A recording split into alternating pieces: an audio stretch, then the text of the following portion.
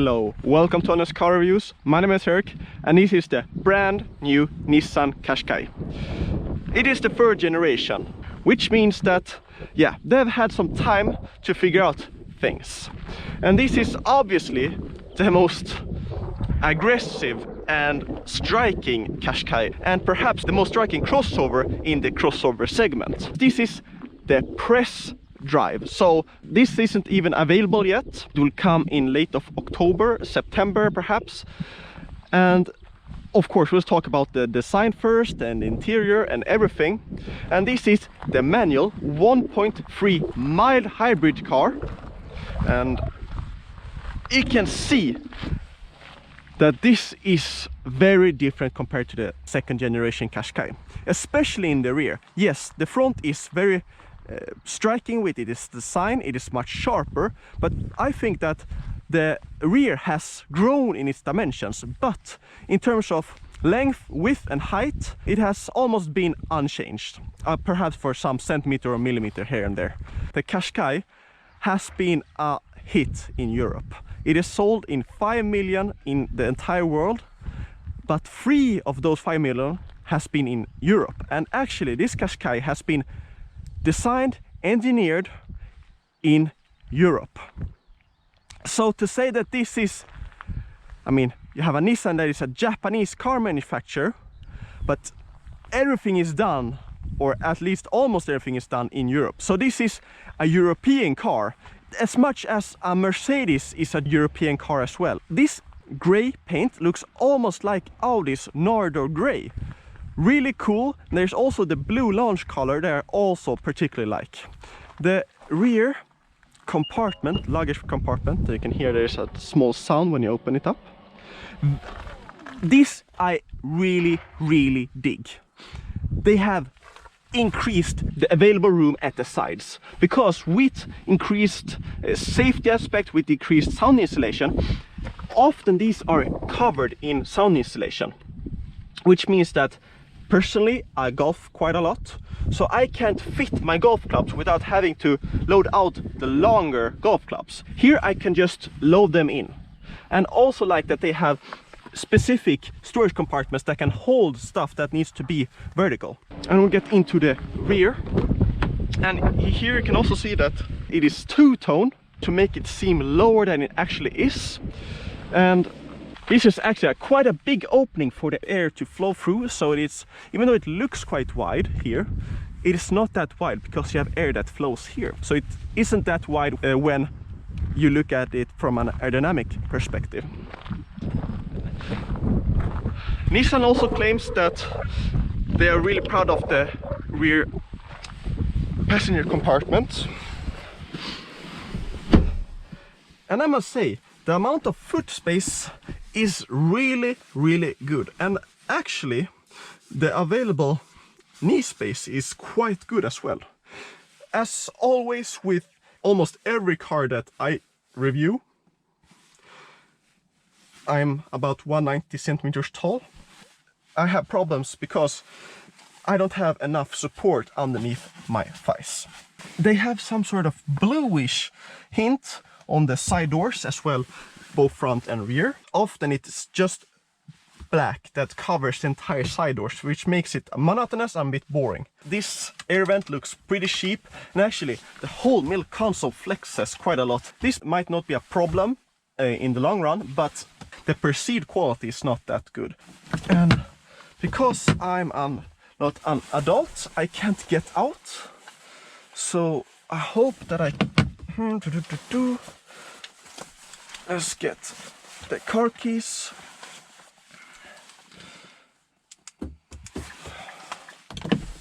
And you can see that there's the child safety. Let's see. Open it up. Let's see if we can open it up. No.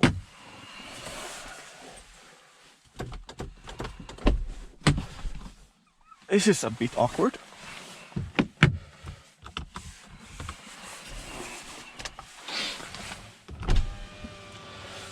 This is very awkward.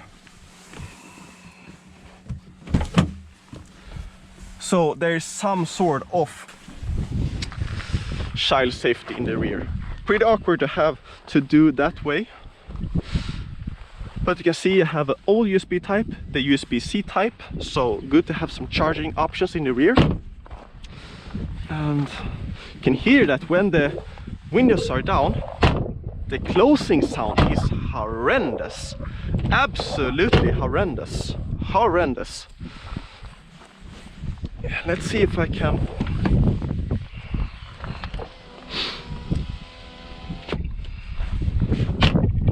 The closing sound of the rear doors is horrendous.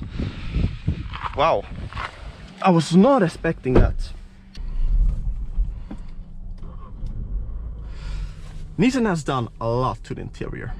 It is a manual, and I can already say that I do not like this manual gearbox. The throws are way too long, and it is notchy, and the gear shifts aren't that distinct. So you really have to adapt the way that you change the gears to what this thinks is okay, not the other way around. The interior. On the sides, the side vents are one of the few points where you can look back to the old generation Nissan Qashqai and see some similarities. The rest of the interior is almost brand new.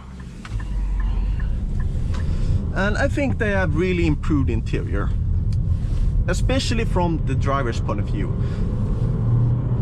Even though the dash is quite flowy, the steering wheel is really sharp. What I don't like is the tackness of the buttons. You can hear, and the feeling of it is not good at all. Up, okay, but down. And also when you scroll, doesn't feel so good. Using the active cruise control is a bit difficult to read where you activate it. It is actually here, and I don't know about you, but I don't see this as something that would be an active cruise control. I think that this would be more like a sensor when you park. Everything is usable, you find it everything where it is, but if you look at this menu, it doesn't look crisp, the design. What does look crisp is the new digital gauge cluster. Can't really change it that much. If I go into different drive modes, it's still red. And to be fair, I think that the different drive modes in the manual doesn't change that much in terms of driving experience. I like that they have manual controls for the climate, and the tactile feedback of these are really nice. Easy to understand, simple but effective. On the most places this feels like an upscale interior, especially with the steering wheel, with the digital gauge cluster. This, the design, use different colors to create some breakups to make it a bit more interesting to look at. This is a daily, and it needs to deliver a really good driving experience that doesn't tire you. And even though Nissan claims that it is a fun driving experience because the chassis is stiffer, it's been lightened, and I've done things to the steering, they made it quicker, especially at initial turning. And since this is a crossover with somewhat of a high center of gravity,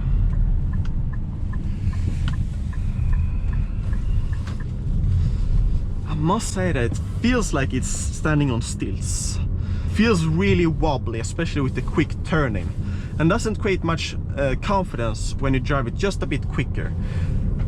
It is not a car that should be drive quick, but I think that Ford does a better job at making cars that feels more planted. Also, this is the about 130 horsepower car with a mild hybrid system, 12 volts. Why they don't have a 24 volt system, I have no idea. But that's what it is, and official numbers are about 0.62 to 0.64 liters per 10 kilometer VLTP numbers. And right now, of course, I'm driving on some twisty roads, and that's probably numbers that you could reach. 0.62 sounds okay, but we're 2021. You would think that it wouldn't be impossible to get a car that could manage underneath 0.5 liters per 10 kilometer, or even 0.6. This car uses the regenerative energy that you get from when you brake, and then has a really small electric engine that squirts out some power. And well, it might work great, and there aren't any vibrations from the hybrid system. I don't really notice when it kicks in, so that's really good. It's really well implemented. But when you want to accelerate a bit quicker, nothing happens from 1 to 3,000, and then it comes everything in a massive lump about 3.5, which means that you really need to plan how you drive. You have to accustom yourself to how the Qashqai is designed to drive, not the other way around. The base price is around 27,000 euros. This car is about 33,000 euros. I think that Nissan has, in terms of design, in terms of interior, how it works, great. They have upgraded every single part of Nissan Qashqai, and that's good. And now, this is the higher horsepower, 155 horsepower automatic. And in general, this is the Tecna Plus, so the highest level. So you get some massage seats, the Bose surround system. But all in all, it is of course the same car. This is blue, the other one was gray, but doesn't matter. What I found is that the high horsepower automatic with everything is much thirstier. This one will be about 0.7. The seats are also a bit nicer. They are full leather, and the stitching is, you know, triangular diamond stitching. This material is also a bit nicer. All in all, I think the automatic is the one to go. The automatic has seen quite a few updates, so now it has 2 pumps, which means that there's an hydraulic pump when there's a larger amount of acceleration needed. The electric pump kicks in, and actually this CVT gearbox feels almost like a regular transmission. So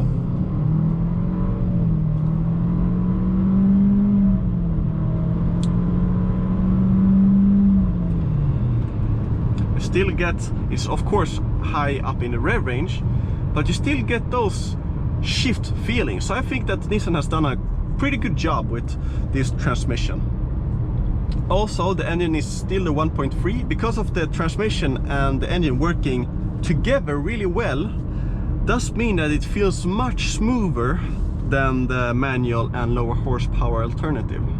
I think that Nissan has really done a solid job with the Nissan Qashqai.